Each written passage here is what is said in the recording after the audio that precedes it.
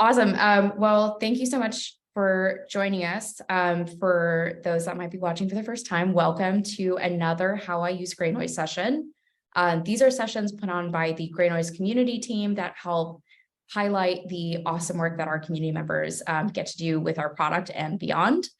So without further ado, Jonathan, I'd love for you to introduce yourself. Sure. So my name is Jonathan Reiter. By day, I'm an engineer at GreyNoise. By night, I am a hobbyist researcher on China threat intel related issues. So in this demo, I'll be going through some China related threat intel stuff. Any other intro stuff I should get into before I kick stuff off? Nope, that sounds great. Let's get into it. Okay, so a little bit about my research. What I'm interested in is PRC-based networks, particularly in telecom, where the state runs a monopoly involving 3 different telcos. A lot of the infrastructure isn't really well known outside of the country and outside of security professionals within the country. So part of my goal is to learn how the networks work within the PRC, and as a secondary goal, see how they are used to support state goals. Largely where I get the most bang out of my butt from GreyNoise is by being able to classify scan behaviors based on network positioning. And today I'll be showing 3 different basic techniques for this. And by basic, I don't mean that it's not useful. I'm saying that you can do it within a browser using GreyNoise with free API access today. And then I'll also be showing 2 novel advanced techniques, which you may require API access in order to do. In general, for my basic usage, my approach has 3 different techniques, which I will pop into. I'll walk through in a second. The first of which is looking for tag co-occurrence across networks. An example I'll walk through is a ChinaNet SSH brute forcer. A tag is the GreyNoise construct. They're used and updated pretty frequently, and they're insanely useful, as you will find here. The second thing I like to do is enrichment through threat sweeps, and I'll focus on a very recent vuln that uses, or a very recent threat which uses a vuln from last year, specifically the TP-Link vuln that Mustang Panda seems to be using. And then the third area I'll get into is grokking looking at network topology by using similarity analysis. So I'm going to share my screen right now. 1 second. Sounds good. Okay, so first off is looking at tags. So one of the things I like to do with GreyNoise, just as like a default behavior, is going into trends and finding what tags are trending. It's kind of a good default behavior for me for hunting, because I don't really have to do any work whatsoever. I can just go in and be like, oh, hey, right, ChinaNet SSH brute forcer has had a 50% change week over week. That's interesting. I wonder what's behind that. And so if I were to jump into the tag, this pivots quite nicely into into a trend line over time, and so you can see how much of this is constant. And honestly, it's I wouldn't say this is necessarily trending, but it's definitely useful. And the fact that it's 282 unique IPs over the last 30 days makes it like fairly reasonably sized as far as investigation.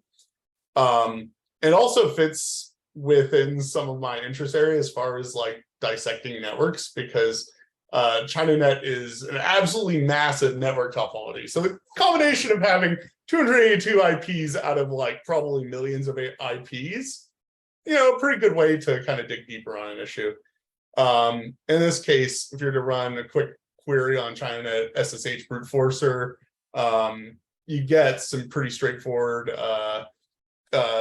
I think you get some pretty straightforward findings. It's interesting that there's the SSH brute forcer behaviors in other countries other than China.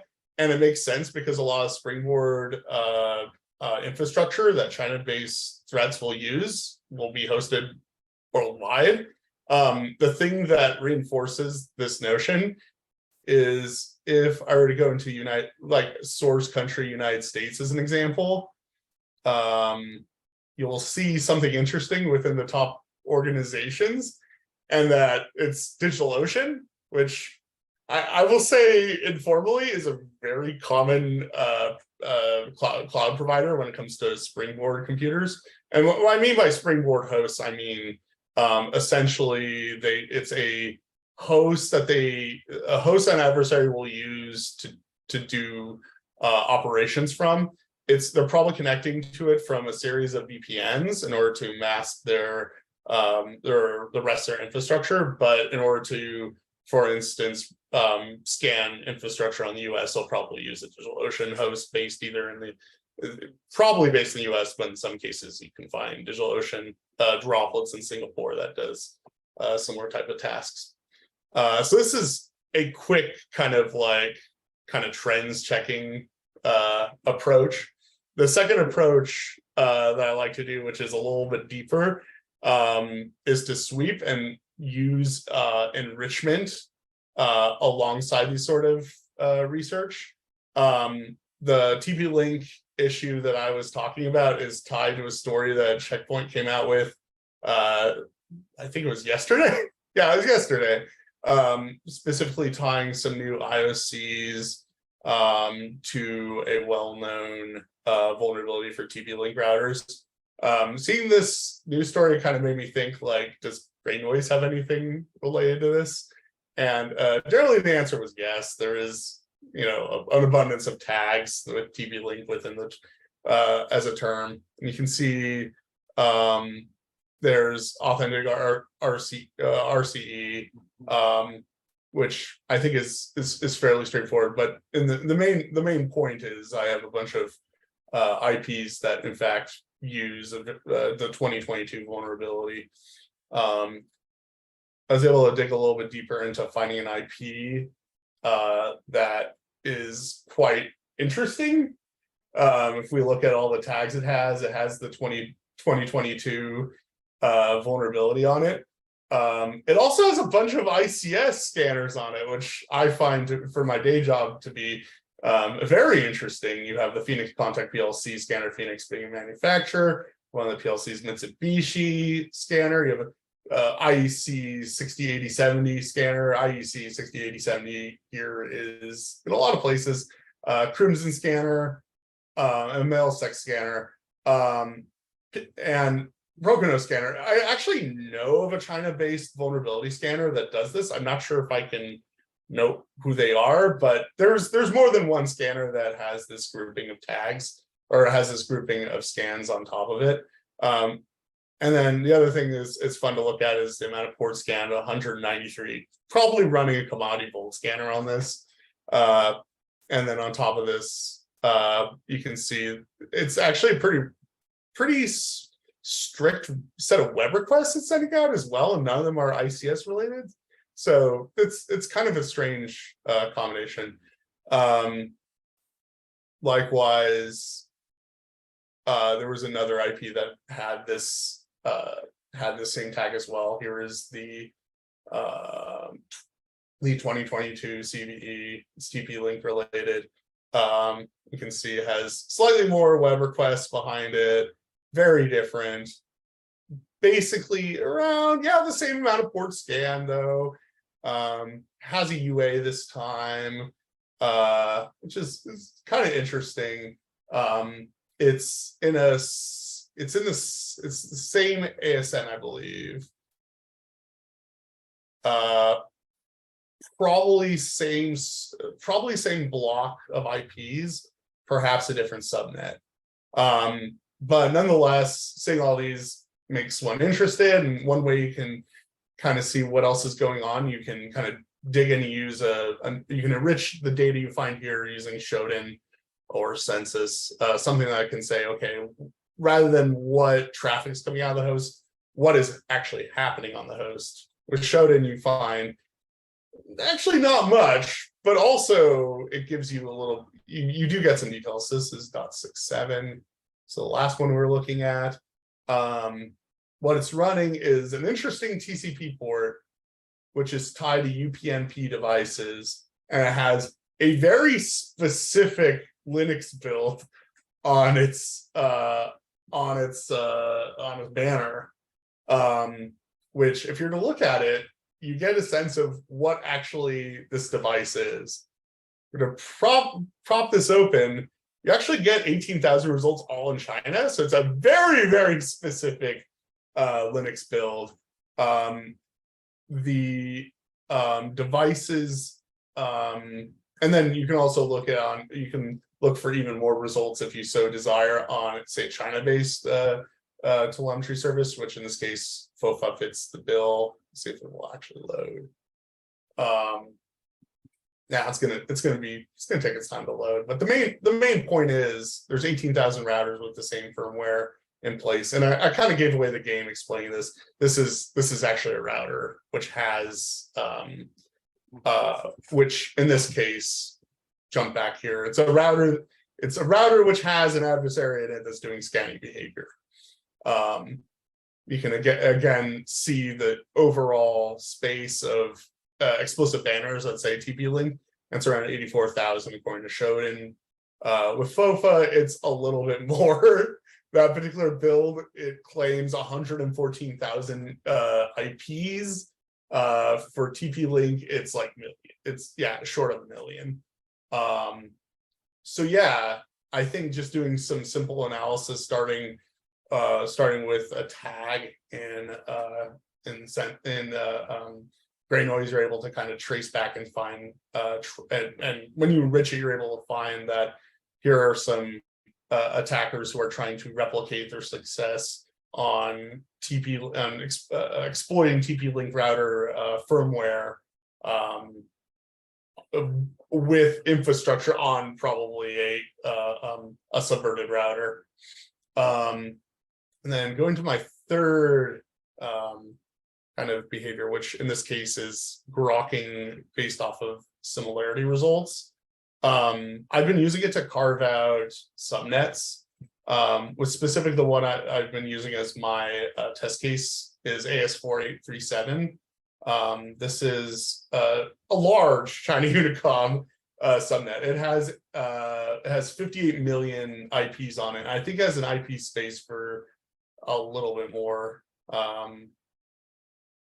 In specific, it is a /15, so it has, just an amount, a large amount. If we're able to focus on a subnet within this, specifically 110.52/15 is probably the place to start.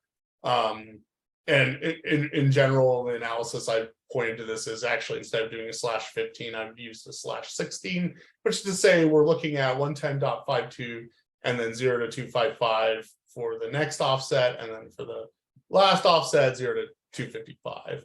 So, still hundreds of thousands of IP addresses. We can do that same query in GreyNoise and kind of get a glance at what characterizes the scan traffic of the subnet. And sourced everything is in China because it's China Unicom. You can see that there is a variety of destination nations. There's just like 1,200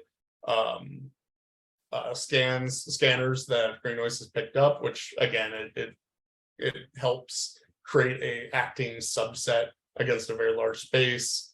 And it's you kind of have, I would say, a misbalanced data set when it comes to classes. A lot of newer Linux builds, mostly web crawlers, and so forth. And then if you want to focus in further, you could focus on the trailing 0 and do a /24 analysis, which in this case, I'm looking at 110.52.194.0, and then all the 256 numbers of the hosts that it had. So in this case, every single one of the IPs in this range is populated, which is like, for even even with like it's very rare to find subnets which have every single IP in use, which tells me there may be some shared properties in them. Almost every single one of them is a web crawler, which is interesting. Only about 90% is all web crawl. All of them have a very similar OS, and yet there's kind of a split between unknown malicious. So this is kind of like a very kind of straightforward way to surface this data and to carve things out. In the advanced section, I'll get into a slightly more advanced way to do this along both the /24 and the /16 space. So to generalize the basic approaches I use with GreyNoise so far, we look at trends, which helps us find co-occurrences of tags, like in this case, co-occurrence of the SSH brute forcer tag and fun ICS scan tags. In the second being enrichment approaches, where in this case we started with a GreyNoise scanner, and then we were able to take this ICS based scanner and dig in a little deeper to figure out where it's running, which is most likely a router of some sort. And then in the third case, we looked at what I'm referring to as similarity grouping, which is being able to carve out a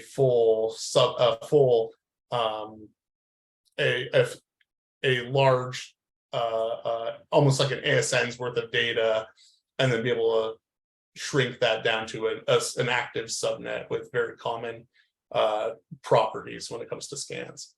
Do you guys have any questions at this juncture, or shall I jump into the more advanced methods? I think you can jump into the advanced methods. This has been really fascinating so far. I'm excited to see what we dig into next. Okay, so I'm going to stop sharing for a second, and then I'm going to do some desktop juggling for a second while I get my VS Code terminal in place.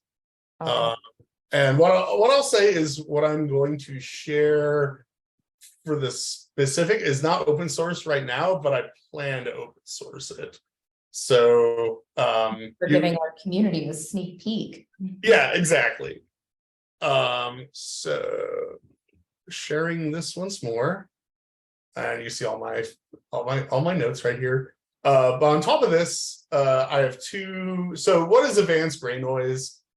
In my case, their niche operations require API access, and will require using Python code. And you don't have to use Python to do what I'm about to show you. There's anything that can have a client to GreyNoise will probably work for these methods. A lot of this is clustering oriented, and that's probably what makes it most advanced. It's a lot broader tooling when it comes to doing fundamental analysis. In general, I'll be focusing on that same China Unicom superblock, which I mentioned is 110.52.0.0/16.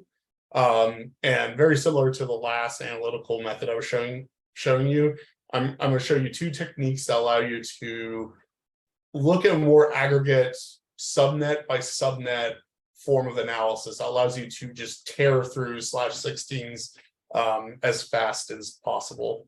The two techniques are tag co-occurrence and similarity aggregation and graphing. So for tag co-occurrence, the methodology I use is very simple. It is I query every single IP that falls within the /16 block, which you saw is a couple thousand, and then I aggregate each of the results based off of its associated /24, which is to say I'll just dive in the data to give it a good example. So as an example, here's a line from those results. It is regarding every single IP address found by GreyNoise for 110.52.195. So this could be 110.52.195.1.2.110, whatever, all the way up to 255. And what I do is I aggregate the tags found from the API across the entire subnet. And this is available for any key found within the JSON. And what I found so far is, so this is, I'm throwing a lot of queries in order to actually do this. Not an unseemly amount, but in order to get the aggregation results, it's requiring traversing a lot of space. But I'm getting some very interesting results. We'll stick to malicious classification. What we find here is that there's two classes of subnets. If you were to break down, the whole 110.52 space, and that's the subnets with a lot of malicious scanners and the ones with very sparse malicious scanners. This is, like, to me, a very dramatic, like, decision boundary, because it's on the factor of like 1%, like the difference is like not a 99th percentile change, right? Because you have, here is a subnet with like 1 or 2 and maybe up to 4 detections, up to like 100. So it is, to me, a very specific decision boundary. And the thing what I've been doing is tracing these and saying, okay, so how much of these, which of these cases like correlate, which ones have a more smooth decision boundary? And there's some things that pop out. If you look at, for instance, destination US, it's the same thing. And in fact, it's the same IP address, the same ranges. So you have 110.52.195.0. It also has 3 digits worth of hosts. And one might be thinking that, oh, well, this is, simply showing the available output for the hosts that GreyNoise was able to pick up for each of these subnet. And it's not quite that simple. If you're to look at other classes, you have a much smoother proportion when it comes to Taiwan destined scans, where it is, again, you've got like a 10-fold difference, but it's not a 100-fold difference. Likewise with telnet brute forcers hosts, they're either in a subnet or they're not. Same SSH brute forcing is slightly different. There is, some tail. There's some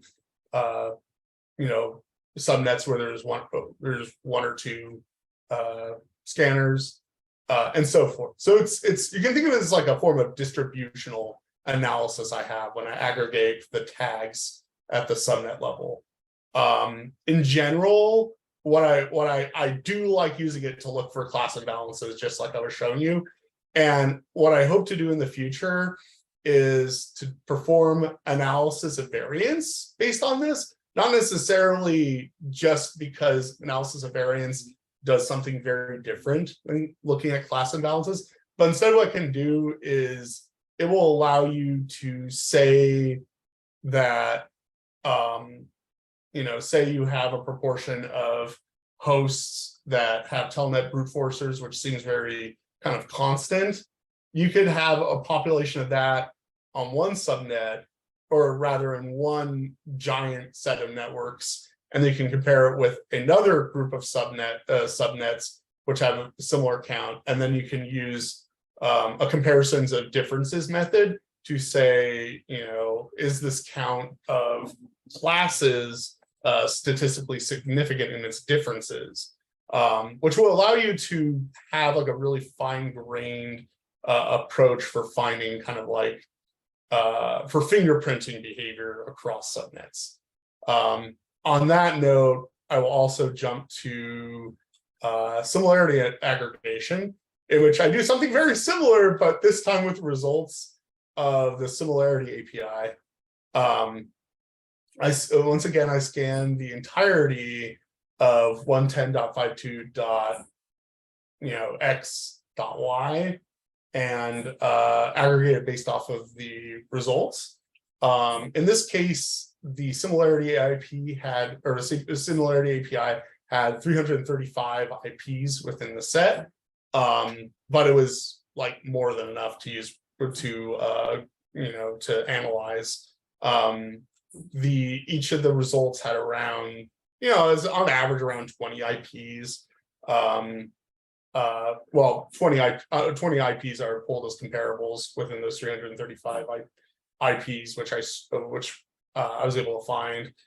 It gave us at most 16,000 IPs, and in reality, let me actually get what it gave me.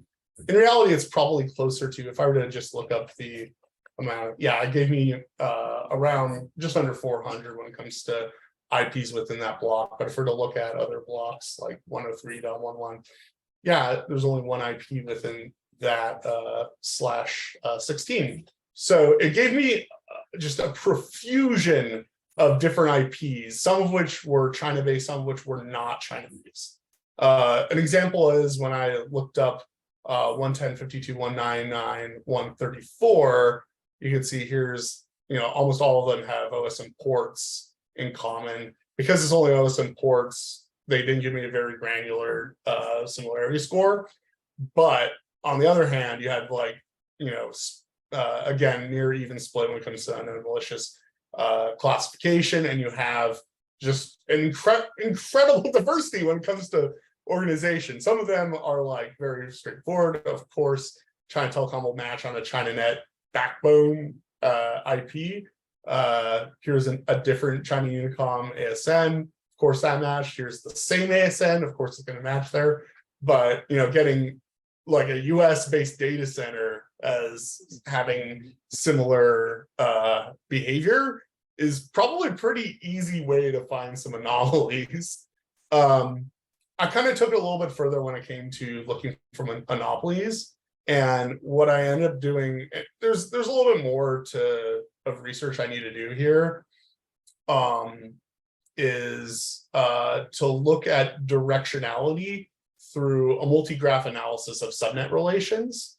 I don't think this is the only way to look at this when it comes to a multi-graph approach, but certainly looking at subnet relations is an approach which I don't think is, like ASN relations, I think is something that a lot of people have done analysis on because of the fact that to do BGP advertisement, you need to keep maintaining who you're advertising to and who you're not advertising to. So there's graph solutions for that. But for subnet, it's a little bit different. So when I was looking at, this is a graph of the majorly connected IPs within that same data set, within that same 110.52 space.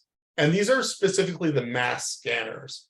And the way the graph approach helps is that it tends to disperse the 110.52s towards the core of the graph, or rather, I guess, the cores of the graphs. And then the non-110s, outside of the really, really important subnets, it ends up pushing out. And what I mean by the really, really important subnets, I'm talking like right here, which is 221.199.101.0, which was grabbed as a similar, there are IPs within that subnet that were grabbed as similar to not only 110.52.194.0, but also 110.52.217.0. So there's two different subnet similarity analyses that found that node. This is not a perfect way to graph this.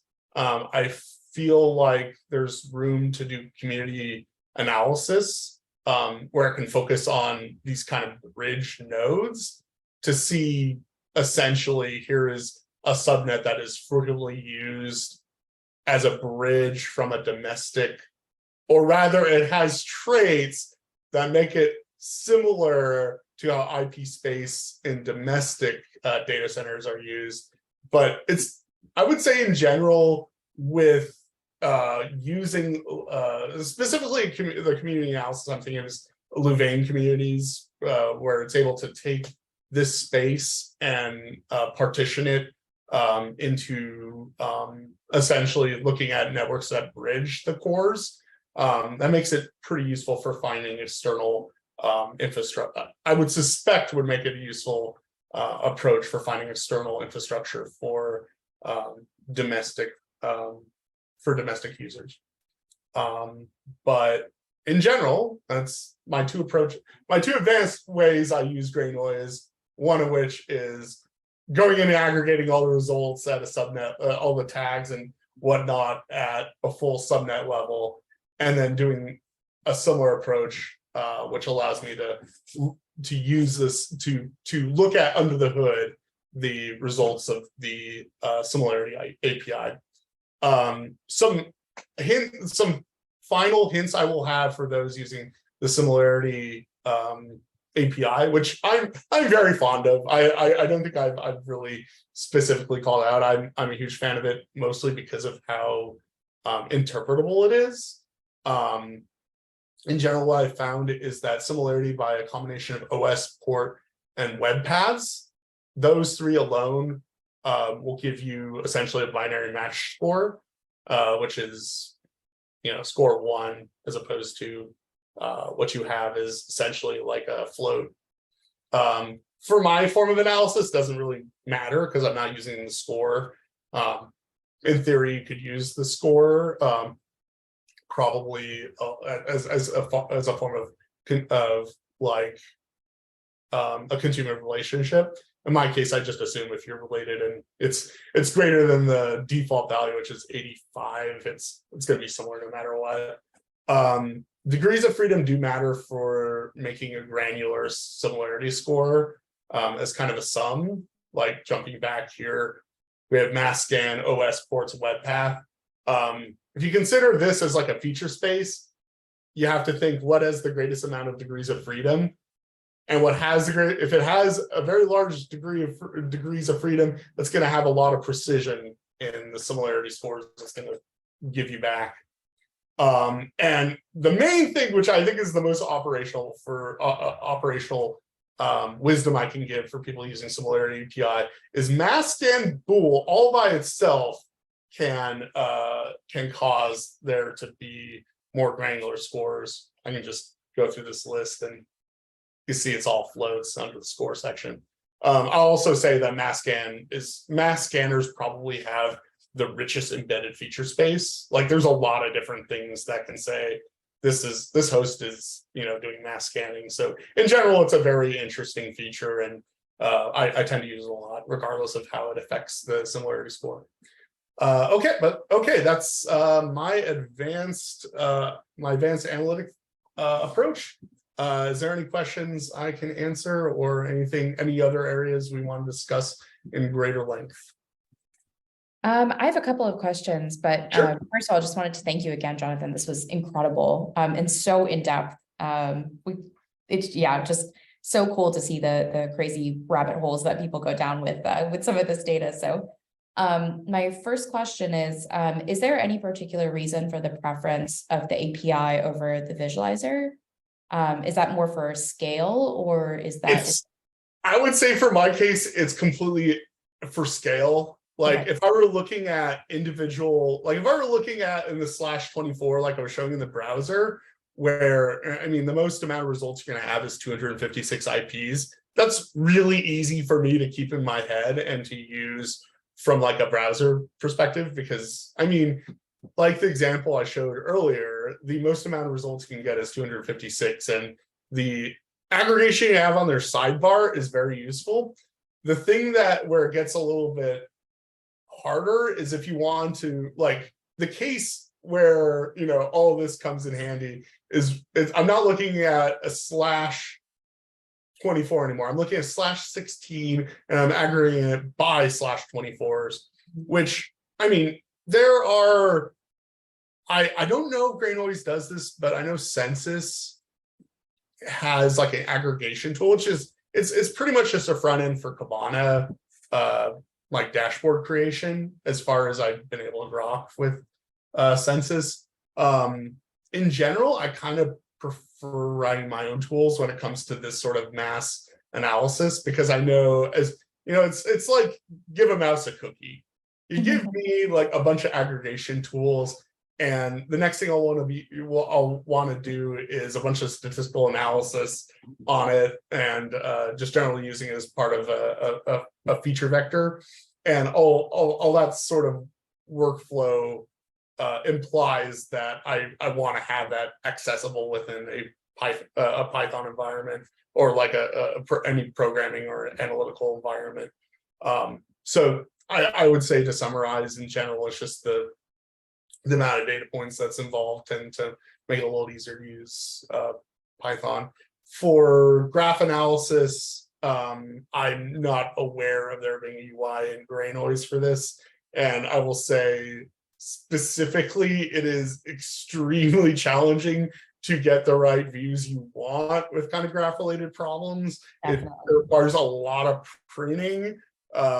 And sometimes it requires a lot of like down select operations, to make sure that it's, I guess the straightforward response is it's really easy to crowd up a graph visualization, and to make it really hard to do analysis. A really straightforward example is the example I have is like this, like it's very clear multi-graph at this scale. It's for certain problems, unless you've gone in and analyzed the data, it's not necessarily clear whether a data set will be a multi-graph, or largely because you're not sure if there's cycles in the data set. So in general, this kind of makes it like data cleaning is easier when you can control it, and you will probably have to do data cleaning if you have a very large feature space. So that is my answer. No, that's awesome, and really insightful. Yeah, I really agree. I think that level of scale and like modularity with the API is like helpful, especially for a use case like this. My second question and final question really was just where can people find you? Where do you live? Where can they, not where do you live, but like where can they discuss things like this if they want to bring information or share stuff with you? I'm Jonathan. I'm Reiter on Twitter. Also, Cool. I think I'm bees at infos. I have a Mastodon account. I can't recall it off the top of my head. When this is finalized, there will be a website. I have a bunch of stuff in translation and these sort of toolings that I prefer to have a more specialized domain for, but that is still in the works. Amazing. Awesome. Well, those are all my questions. Jonathan, anything else from you? No.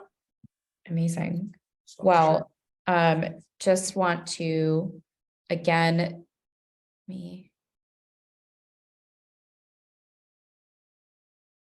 add myself. Just again want to thank you so much for your time, for building all of this out. And frankly, I think folks will really look forward to your open source version in June. So yeah, for folks watching, this has been a How I Use GreyNoise session. If you are as cool as Jonathan, you too can do a session like this. You can always reach out to community@greynoise.io, and we will figure it out from there. But yes, again, I cannot profusely thank you. And yeah, hopefully you'll catch us very soon. Awesome. Thanks for the opportunity. Yeah, absolutely.